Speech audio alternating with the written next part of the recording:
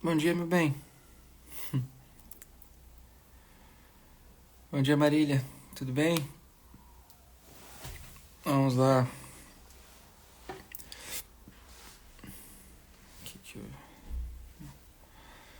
Vamos lá.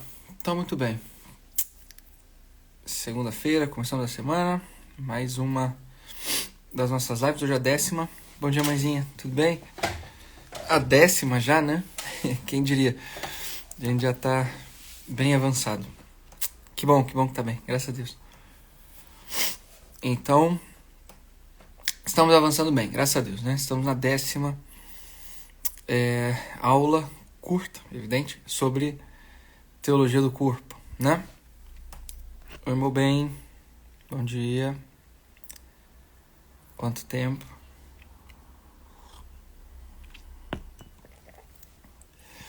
Vamos lá. Então, muito bem. Eu quero retomar o conceito da última aula para a gente desenvolver um pouco melhor, né? Para ficar mais claro, na verdade. Eu recebi uma pergunta que o autor da pergunta, se entrar, já me perdoe de antemão por não ter te respondido, porque eu li a pergunta e falei, eu respondo daqui a pouco. E aí, não, paciência. Então, muito bem. Gabriel é assim, desculpe. Vamos lá. Então, muito bem.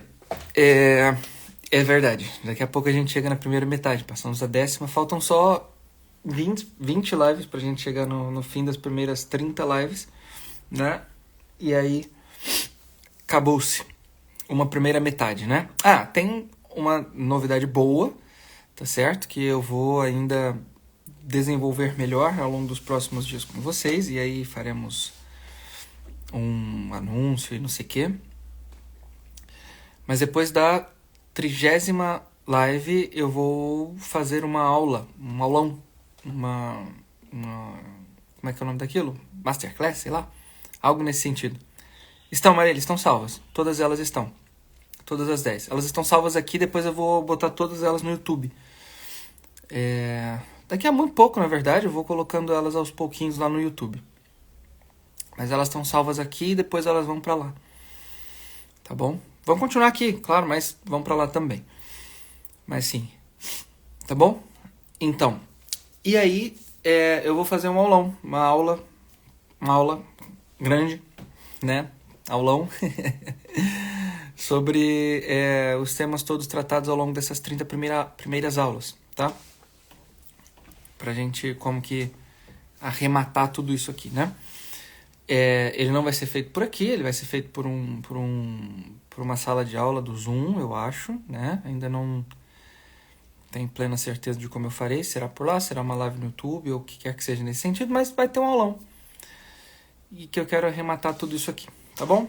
Pra gente consolidar bem os temas destas primeiras 30 aulas. E aí depois já seguimos imediatamente no dia seguinte com as próximas 30. Tá certo? Então, muito bem. Vamos lá, né? Primeira coisa que a gente precisa se lembrar a respeito daquilo que nós já vínhamos dizendo, né? Em primeiro lugar, a respeito da última aula, né? Na verdade, mais especificamente a respeito do tema da última aula, que é a definição dada pelas Sagradas Escrituras, dada, ou seja, pelo próprio Deus, pelo Espírito Santo, que inspirou o texto bíblico a ser escrito, que é o seguinte: nós somos imagem e semelhança de Deus, né? E aí nós vimos na última aula que há uma distinção, tá certo? Entre ser imagem e ser semelhança.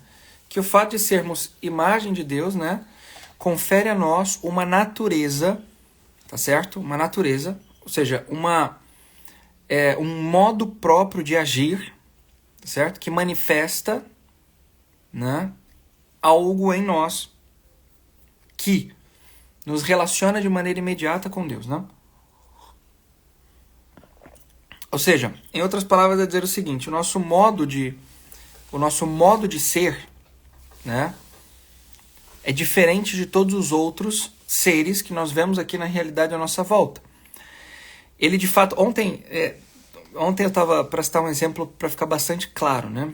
Ontem eu estava lendo à noite, deitei para ler, e aí, lendo, sim, Tô lendo um livro nos últimos dias chamado Cartas de um Diabo a Seu Aprendiz, do C.S. Lewis.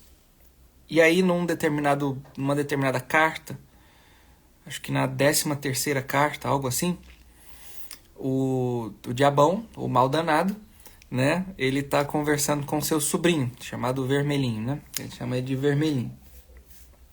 E aí o mal danado escreve para ele ali nas suas cartas, né, uma verdade muito específica e muito, muito, muito bonita a respeito do ser humano. Deus nos criou como estando no limite de dois mundos, assim, né? Nós temos matéria, nós temos um corpo e por isso, de alguma forma, nós nos relacionamos com tudo aquilo que existe aqui neste mundo.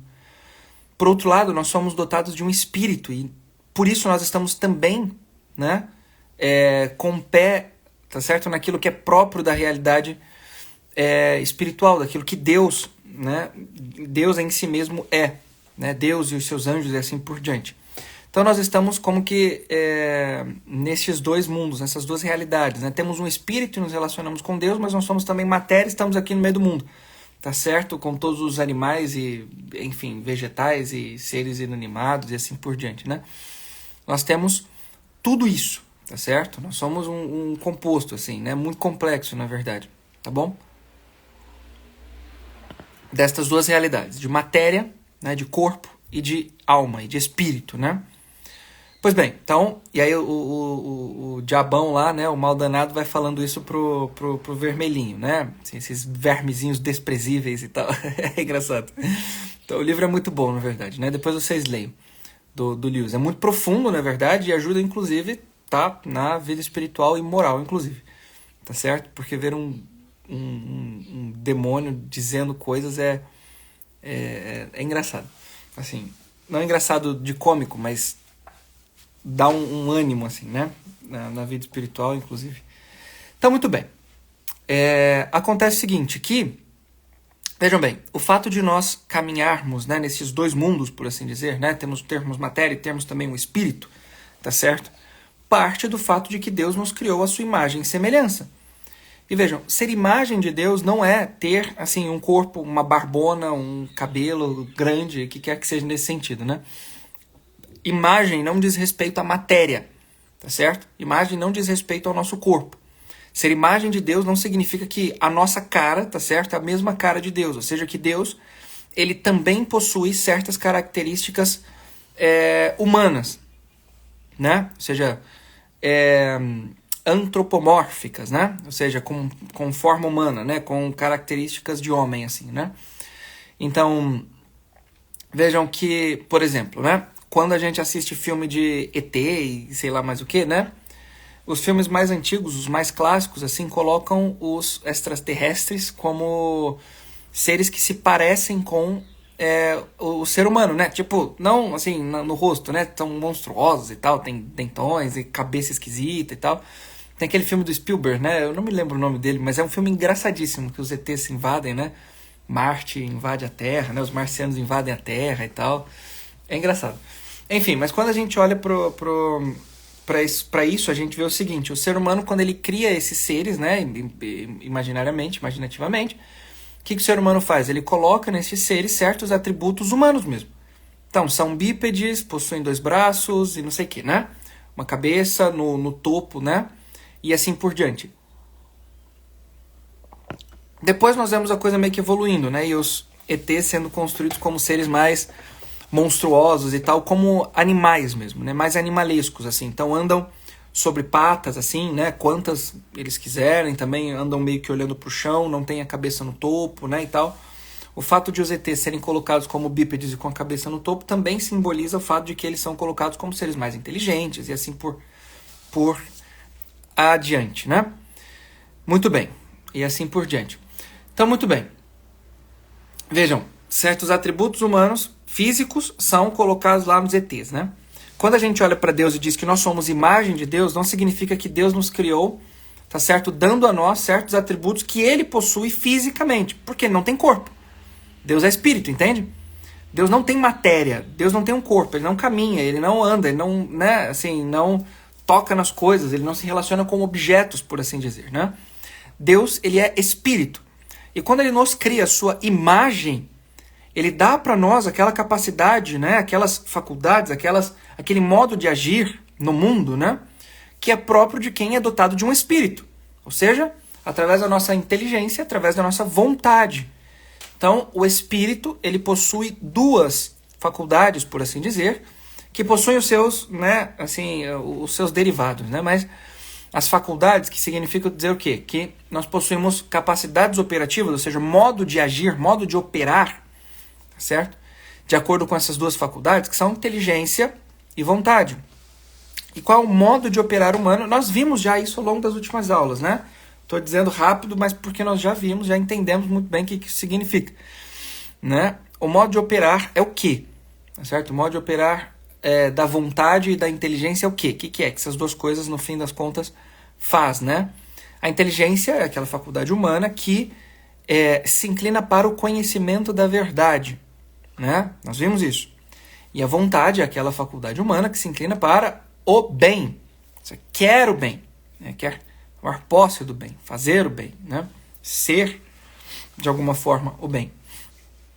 Vejam, porque nesse sentido, à medida em que essas faculdades, inteligência e vontade, vão alcançando, né,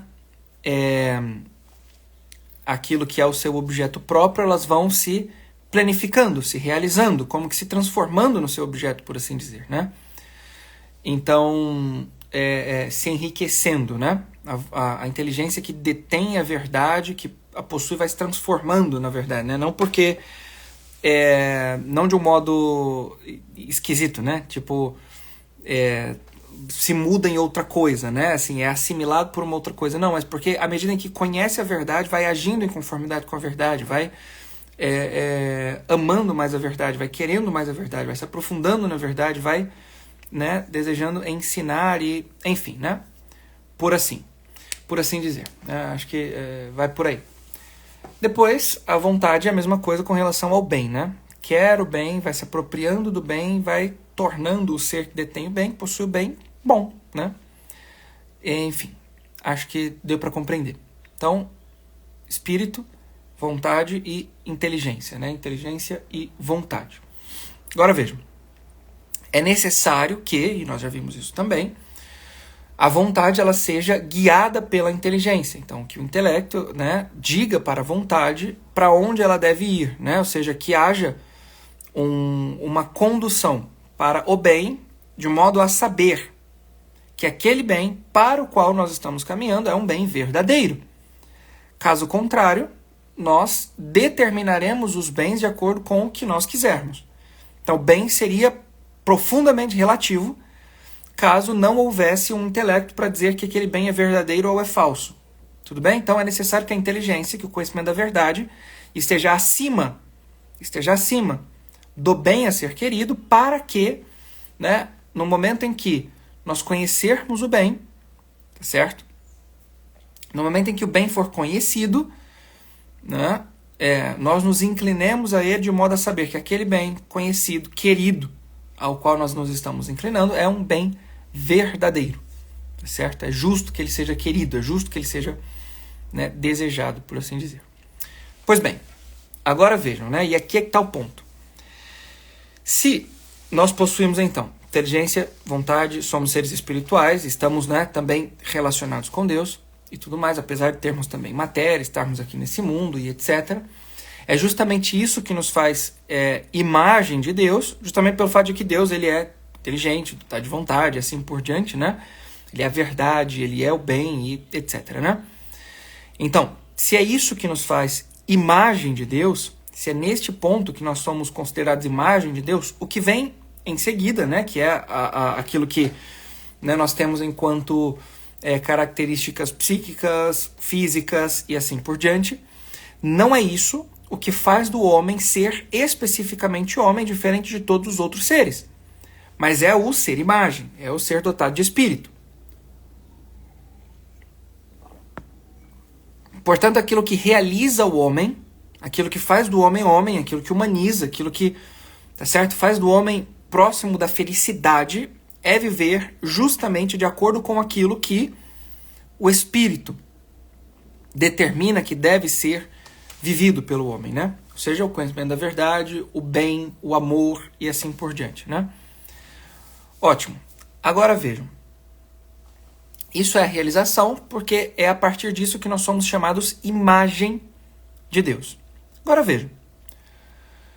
O semelhança, e aí essa foi uma definição que eu dei também na última aula. Ser semelhança, né? Tudo isso de acordo com São Basílio, né? Ser semelhança significa possuir, então, a capacidade de tomar isso que nos faz imagem de Deus e realizar, certo? Ser imagem é um dado, por assim dizer, né? É um dado da natureza. Nós temos inteligência, nós temos vontade, nós somos capazes de amar, nós temos, enfim, né, o espírito onde está tudo isso. E a semelhança é aquela característica que diz para nós que nós podemos pegar isso aqui, que nós possuímos por natureza, e fazer algo com isso aí. E realizar isso aí. Ou seja, por assim dizer, conhecer a verdade através da nossa inteligência. E querer o bem através da nossa vontade. E amar através, né, dos dois. Entende? Então, do exercício dos dois, né? Então vejam, o conhecimento da verdade, o querer o bem, o amor, todas essas coisas que são capacidades operativas do espírito, eles devem ser realizados. Nós devemos fazer alguma coisa com tudo isso que nós temos por natureza. Isso é a semelhança. A semelhança é algo que nós alcançamos por nosso exercício. Tá certo? E aí é que vem. Aí eu recebi a pergunta lá, né, por direct, que diz o seguinte: olha, mas uma vez eu vi que deve haver uma diferença entre a equidade, não é dito, né, que o homem é igual, né, a Deus, mas semelhante. E essa diferença, né, a diferença entre a igualdade, né, e a semelhança se dá por quê? Por que o homem ele não é igual, mas semelhante? Tá certo? Existem duas coisas que precisam ser ditas, tá certo? A primeira é a seguinte: o homem ele não pode ser igual porque é impossível que haja outro ser igual a Deus, tá certo? E a igualdade significa, tá certo, uma plena reprodução daquilo que o outro ser é, tá certo? Tudo bem? Por exemplo, quando a gente diz o seguinte, né? Em matemática, por exemplo, álgebra, sei lá, estamos estudando lá a fórmula de Bhaskara, né? E a gente vai tentar de encontrar o valor de x. E no final a gente chega à conclusão de que x é igual a 2. Não é isso? O que a igualdade indica? Indica que aquele negócio, x, aquele valor que nós estávamos tentando de encontrar no meio daquela equação, é o número 2. Tá certo? Entendeu? É o número 2. Então, igual. Tá certo? A mesma coisa. Igual significa que é a mesma coisa. Tá certo? Deus não poderia criar outro ser que é igual a si mesmo por uma razão simples. Isso seria contraditório em relação àquilo que Deus é. Deus é perfeito. Absolutamente perfeito. Todas as perfeições existem em Deus sem a menor ausência. Tá certo? Não há em Deus uma falta no sentido das perfeições. Então vejam, o homem pode conhecer a verdade, Deus é a verdade. O homem pode querer o bem, Deus é o bem, né? E assim por diante, né?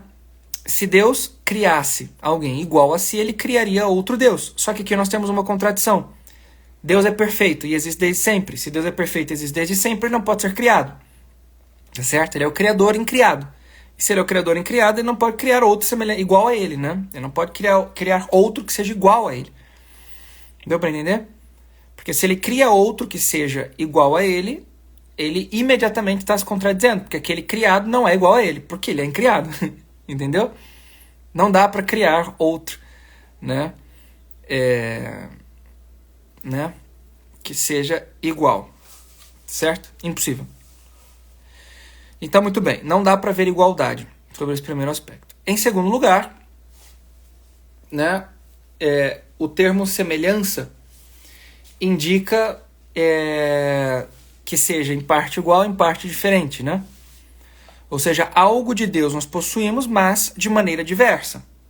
Deu para entender? Por isso deve ser semelhança e não igualdade. Tudo bem? Primeiro porque é impossível que Deus crie outro Deus, perfeito como ele é. Em segundo lugar, porque a semelhança indica que há uma parte igual e outra parte diferente, né? Enquanto que igualdade indica que o todo, né, é igual, é a mesma coisa. Não dá para ser assim, né, com Deus. Tudo bem? Deu para entender? Então esta era a pergunta e esta é a resposta, né? Tudo bem? Entenderam? Alguma pergunta? Por hoje era isso que eu tinha para dizer. Isso é metafísica. Bom, mais ou menos né? Mais ou menos sim. Tá bom? A gente tá pensando metafisicamente, mas se eu digo que é metafísica, aí vocês param de pensar comigo, porque vocês vão dizer que não conseguem entender. Quando dá para entender, na verdade, né?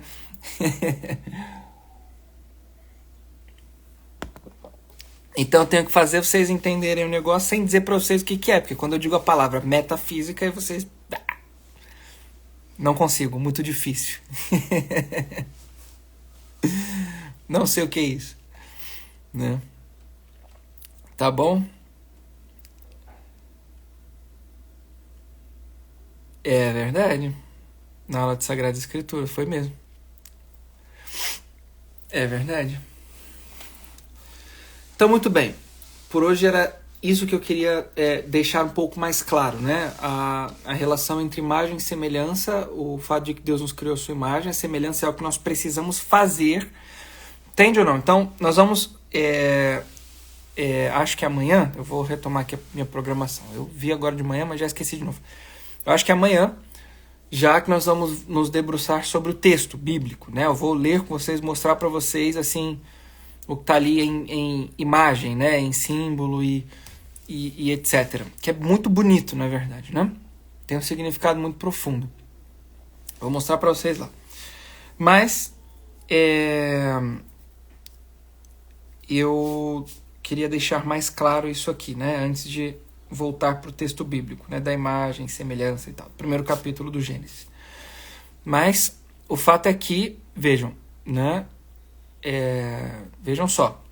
Vejam bem. Pelo fato de sermos semelhança, nós temos a capacidade de realizar estas coisas que nós temos por natureza, né? Cabe a nós agir em conformidade com isso, né? Exato. Quando a gente compreende que ele é incriado, tudo faz sentido, é isso mesmo. De fato, assim, falar sobre Deus é, assim,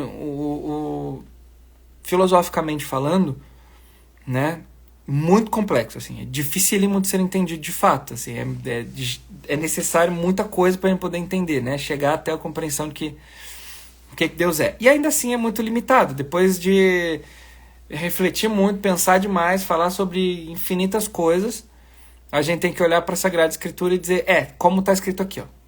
Deus disse sobre si mesmo isso aqui e é isso. É isso aí, entendeu? Né?